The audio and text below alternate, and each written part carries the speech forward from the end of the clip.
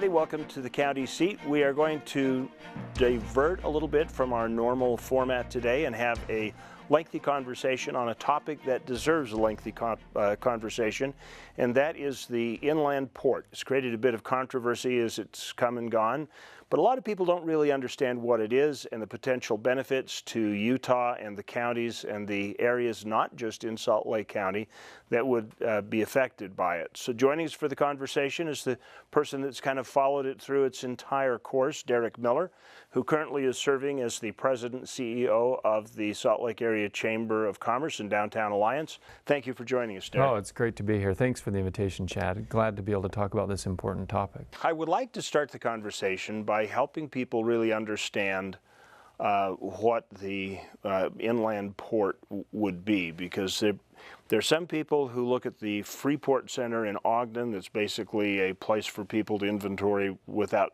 property tax penalty, things that they manufacture. Then there's the free trade zone around the Salt Lake Airport, and now there's this. What is this exactly, and is it common or is it unique? Well, it's common in a few places, and it would certainly be unique to the Intermountain West. There is no inland port in the Intermountain West, no inland port that currently serves those West Coast ports that we think about, like the port in Oakland, the port in Los Angeles, the port in Long Beach. The best way that I can describe an inland port is think about what happens at a port today. I mean, think about Long Beach. So you've got these huge shipping lines that are coming from Asia. They're full of, these huge containers. They line up at the port of Long Beach. Sometimes they're waiting there for hours, sometimes days, till they can dock. The cranes unload those containers. More waiting as it clears customs, more waiting as those are decontainerized, unloaded, broken down into different shipments that then either go on a truck or go on a rail. More waiting for that to happen, and then they go around the country. And the key word here that you've heard me use a few times is waiting. And that is important because that is the whole driver behind the concept of an inland port in Utah. It would be to create an express lane so that the only thing that happens in the West Coast port is that container goes off the ship and on a rail car or on a truck and comes to Utah, where now all of the work happens. All of the decontainerization work happens, all of the unloading, clearing customs, which is important. And then before it goes around the rest of the world, key to this project is what they sometimes call last line manufacturing. So the big brass ring for us in all of this isn't so much about having warehouses or having cranes. It's about creating something that acts as a magnet for manufacturing here in Utah. So if you can create that express lane between the West Coast port and an inland port in Utah, now you're saving time, now you're saving money. And you think about it, when you order something online, just as an example, you're counting now by minutes, not by days, until it's on your doorstep. So in this industry, it is all about time. An inland port in Utah saves time. We were actually looking at going out and doing one of our on-the-ground type pieces where we do a personal look at it. And the closest inland port from here is Kansas City. Yeah. And that's water-based. Yeah. Is there another one that exists anywhere that would be rail-based? Because I couldn't find one. Not closer. Give you a little bit of history that may be interesting to you and your viewers here. We started talking about the current iteration of the inland port about 3 years ago when we took a trade mission with Governor Herbert to Hong Kong. Now, I always like to tell this story because imagine that we're standing at the port of Hong Kong looking over the Bay of Hong Kong. And I like to tell people there's not much about Hong Kong that reminds you of Utah. I mean, you just don't go to Hong Kong and think, hey, this reminds me of Salt Lake City or Scipio. It just doesn't happen. Nevertheless, some visionary people looked over that port in Hong Kong and they thought, we could do something in Utah. We could maybe have a port in Utah. Of course, we don't have the waterway like Hong Kong has. We have the Great Salt Lake, but all those ships go around in a circle. Doesn't do much for international trade. But it gave us this idea because, for the very reason you've pointed out, Chad, because there is nothing like this in the West. We put I should say the governor put together an exploratory committee. I was grateful for the opportunity to co-chair that with Val Hale at the Governor's Office of Economic Development. But we did some site visits, and it was real. And we had to go to the East Coast, but we went to Greer, South Carolina. We went to Cordell, Georgia. We also went to that Port of Long Beach. We had a group that did go out to Kansas City because, as you said, we wanted to see for ourselves what was happening at those ports. It was very, very educational, very interesting. So the South Carolina ports, I was under the impression that they're more coastal, that they're not inland very far. Well, they have their coastal ports for sure, but then they also have these inland ports for the very reason that I was talking about earlier, the purpose of time. So when we went to Greer, South Carolina, this is a port, inland port, that services these East Coast ports, but they do the last line manufacturing there. There's a BMW manufacturing facility that's co-located with the inland port. They clear customs there. So all of those goods that are coming from the East Coast, instead of going and creating a backlog on those East Coast seaports, they take care of it all inland. So the only thing that's happening, like I said, is on a rail cart or on a truck to the port, off to a ship, and then it's off to the world. Well, it sounds like it's got a lot of promise, and it's a very interesting thing that's developing. But the question will become the impact of counties, and we will pick that up in our conversation right after we take a break here on the County Seat. We'll be right back. There's a little place on a Utah map where I was raised, where my heart's at, where the sagebrush grows wild and high, and the stars come out at night. Oh, there ain't nothing like being raised in the basin with a Ute reservation, skiing starvation, that Duchesne County life.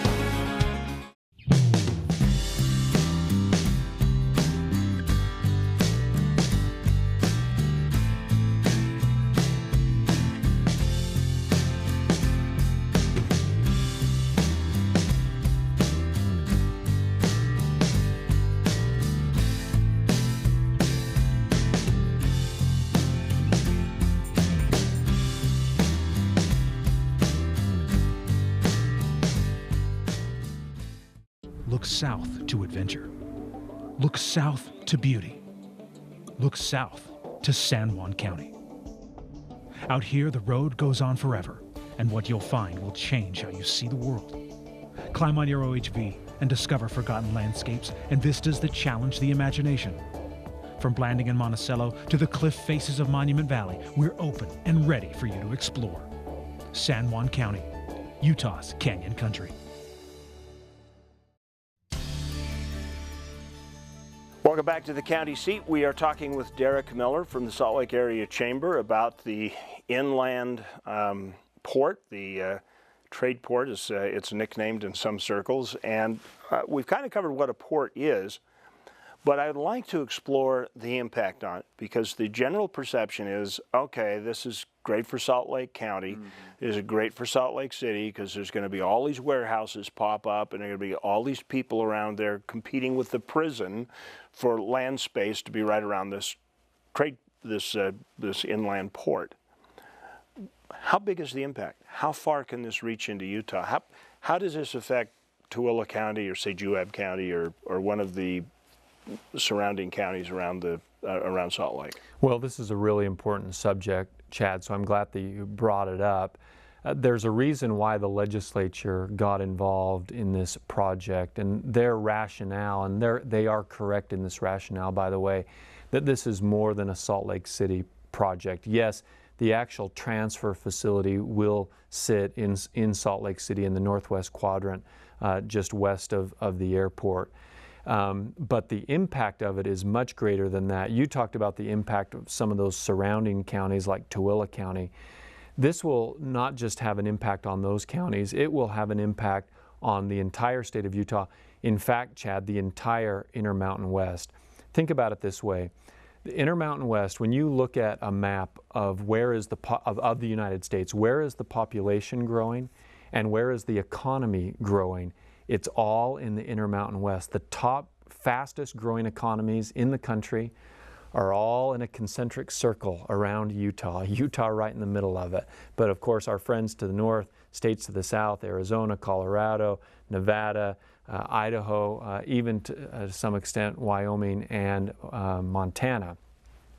And the cool thing about a port is it acts as sort of a catchment basin. You know, it brings all of the goods in, does the work, clearing customs that we talked about, last line manufacturing that we talked about, then it sends it back out again. All of those goods coming from California, those West Coast ports coming to Utah, going out. So why, let's talk specifics. How does it help Utah? First and most directly, all of our companies in Utah, and there are thousands of them that are in the international business game. They're in the export game. Utah, as you and I have talked about in the past, one of the fastest growing export economies in the country. Our companies do very well competing in the global economy. This now gives them an easier, faster, and cheaper way to get their goods to market. So basically the port works two ways. It must work two ways. It absolutely must, because nobody wants to ship an empty container. If you're bringing a full container out from Asia through California to Utah, that container must go back full. Nobody wants to pay for it empty anyway. So it is a better access to markets for our Utah businesses. But there's another topic that I think is important to highlight for you and for your viewers as well, and that is, how can the inland port in Salt Lake City act as a hub and spoke? You know, we have great rail throughout the state. There's no reason why everything has to happen right in Salt Lake City. Think about Price, Utah as an example. There's no reason why we couldn't get rail that comes to Price, that some work is done there and then acts as a spoke to a hub in Salt Lake City. Same for Tooele going out on the I-80. This is also important because the, not UDOT, but sorry, the Federal Department of Transportation, the U.S. Department of Transportation has just put in new rules and restrictions for how long a truck driver can be on the road.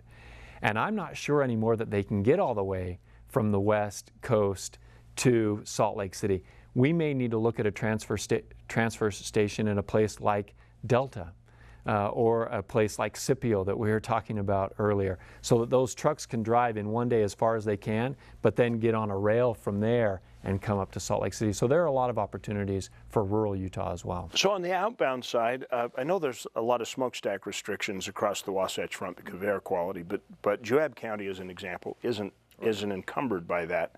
So the question being, if we're going back into this manufacturing cycle where we've been pushing manufacturing out of the United States, and now we're talking about bringing stuff in and doing last line manufacturing, is that a better kind of manufacturing than, say, starting with the raw resources? It is. I mean, it all depends on what kind of manufacturing, right? But we're not talking about heavy industrial use manufacturing. We're talking about this last line manufacturing is light manufacturing. It's a lot of assembly work that goes on. So nevertheless, your concern is a valid one. It's an important one because we're bumping up, at least in Salt Lake County, we're bumping up against federal restrictions of PM 2.5 now.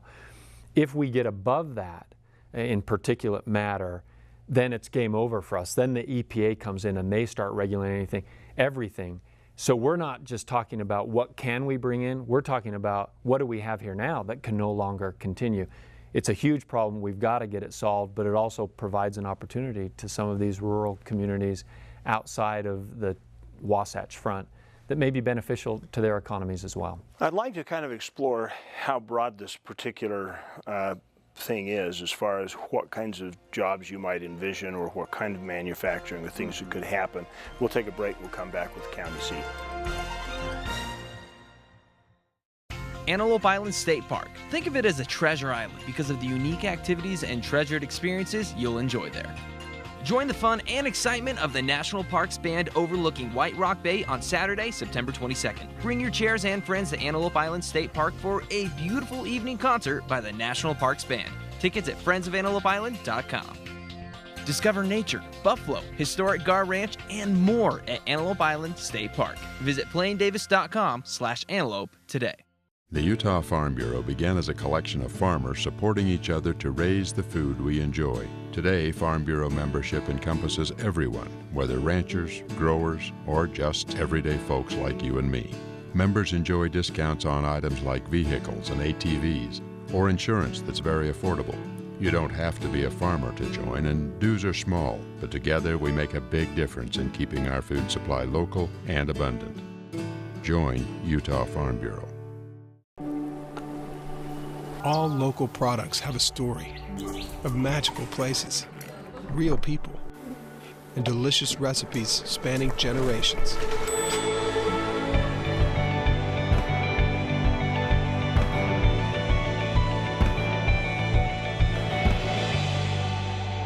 So go ahead and discover flavors you've never tasted and friends you never knew you had.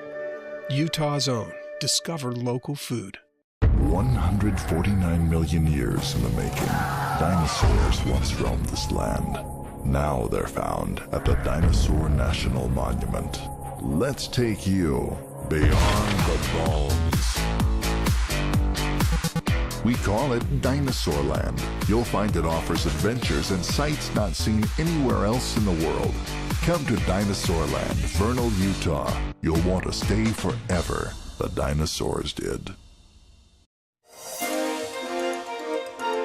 Welcome back to the County Seat. We are having a conversation with Derek Miller from the Salt Lake Chamber about the inland port, the trade port, the possibility of being a direct link to Asia as far as getting goods and services or goods into the area. What kinds of things are we actually looking at that might come to Utah as far as a manufacturing job, and how big would they be? Well, part of it is assembly work, as you've mentioned.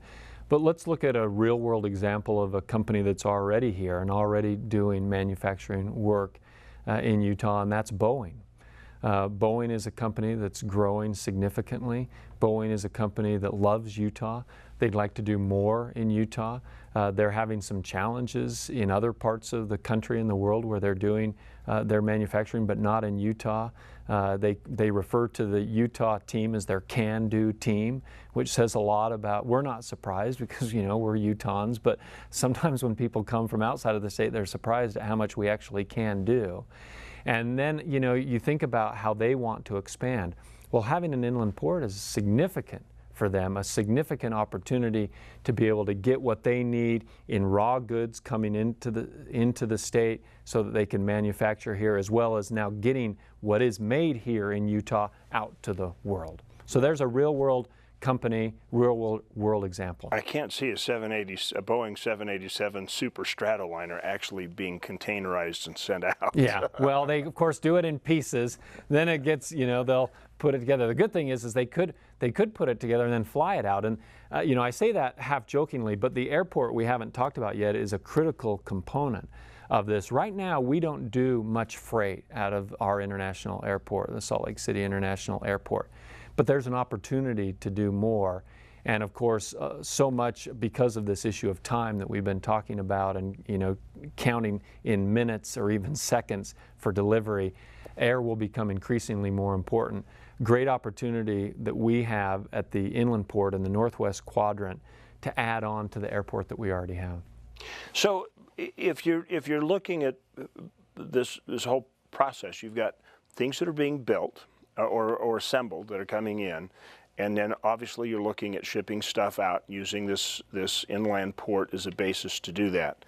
What's the mix? You know, how much of this is going to be warehousing in Salt Lake County, and how much of this is going to be stuff that's shipped out to have work done in those surrounding counties realistically? Well, probably too early to tell, honestly, Chad, but here's the truth of the matter. If we did nothing, that area west of the airport would fill up with warehouses, distribution facilities. That will happen regardless.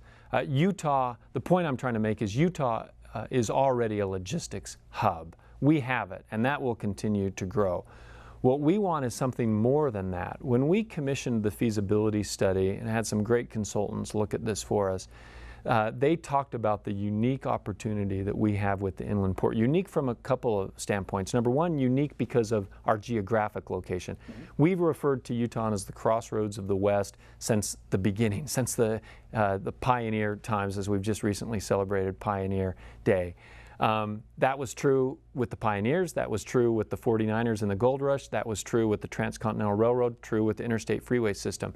How do we become or go from the crossroads of the West to the crossroads of the world? Well, we already have that unique geographic location that will give us all that warehousing. When we build the inner port, that transfer facility to go from rail to truck to air and to bring in an ability to clear customs, to have a foreign trade zone that allows you to do manufacturing tax-free, so that you're only paying once on whatever you build as it leaves your facility. That creates the magnet for the job creation that we're talking about.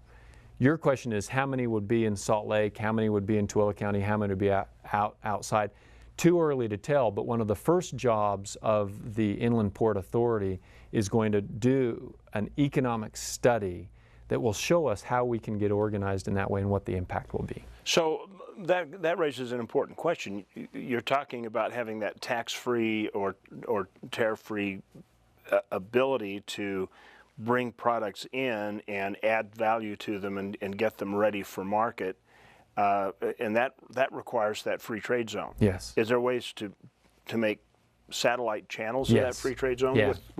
So potentially Lexus could send over cars for final assembly like BMW does back in South Carolina, yes, and they could be assembled in Millard County. So it's a great question, and not a lot of people understand how a free trade zone works, but not the fact that you can take a free trade zone that we have already by the airport, by the way, and we are going through an application process right now where we can expand that out by 100 miles, and then it gives you the opportunity, once you've done that, to start looking at some of those satellite free trade zones. So you're absolutely right. How big could this be for a rural county that's not immediately adjacent to Salt Lake? Because they're kind of full. I mean, where the real growth opportunity is, the places that could sustain growth.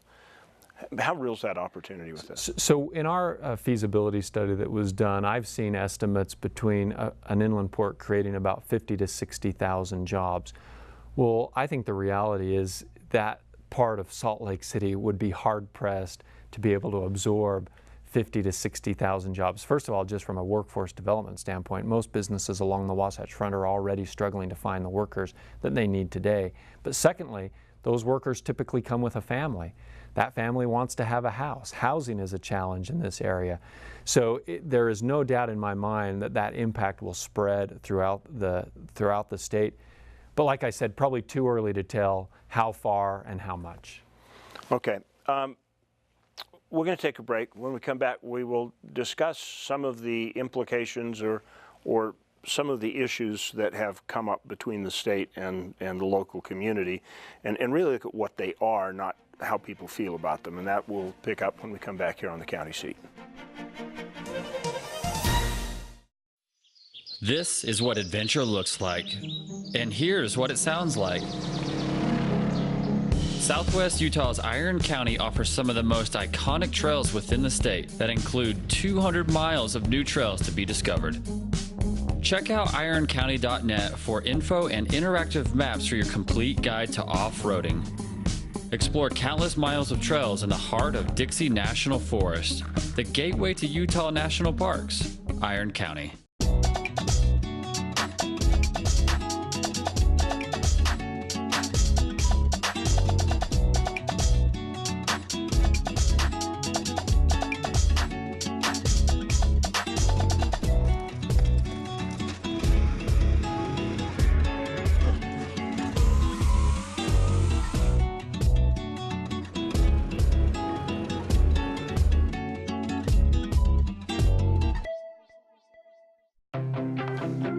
Too often we find ourselves in shoes like these, or these.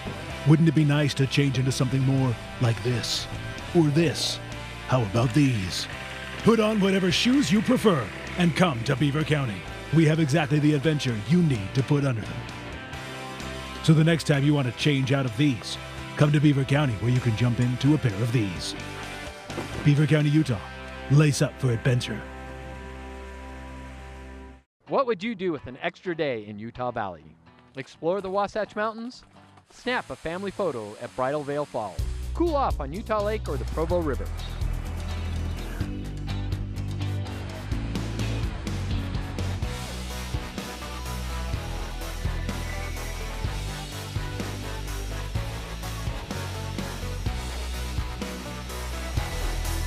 No matter what you're searching for, you can find it in Utah Valley. Bring everyone together. Welcome back to the county seat. We're having a conversation about the inland port, the port that's gotten a lot of attention. I want to spend a little time with that, Derek, because this has been kind of a fight that's got a lot of emotion in it between officials in Salt Lake City and at the state level and the legislature, and there have been all these little ripples. Yeah. What are the issues without all the hype? It seems to me that taxing and some of the areas that involve taxing with the state having those decisions at their disposal instead of the city are really the key issue. I think that's right. In fact, the heart of the matter is this, Chad. The land specifically that we're talking about for the port does reside solely in Salt Lake City, not even Salt Lake County, but the city itself. And the city said, we like the inland port. The mayor said, we like the inland port. County council members said that. But they said, we want to be the ones to build this port. We want to be the ones to run the port. It's in our city. The legislature said, look, you're right, it's city land, but the impact, the reach of this is statewide, and there needs to be a state influence here. And unfortunately, they just came to loggerheads. Now, we're grateful that the Salt Lake City Council negotiated with the governor, with the legislative leaders to resolve those issues of how much tax increment is going to go back, what will the appeals process be, what will the board that makes up the Port Authority look like, who will be on it. And they were able to resolve those issues, but nevertheless we still have this residual effect where it's now referred to daily in the paper as the controversial inland port. You know, you can't see anything in the paper without it being controversial in front of inland port. I did an interview with a paper the other day that said, let's start calling it the beneficial inland port. Let's refocus attention on how this is going to grow Utah's economy and have an impact on our prosperity for not just the decade to come, but for the century to come. And it does take an oversight to make sure that stuff does get distributed to counties outside of Salt Lake that may not happen if the city were involved. Yeah, that's a good point. I agree. Okay. Derek, thank you for the time. Appreciate it very much. Good to be with you, Chad. Thank you for tuning in. This has been a very interesting conversation. We appreciate your joining us for the county seat. Remember, local government is where your life happens, so be involved in it. Share this with people on social media. Share it with your friends and start a discussion about it. You'd be surprised how far that can go to pave our future. We'll look for you next week on the county seat.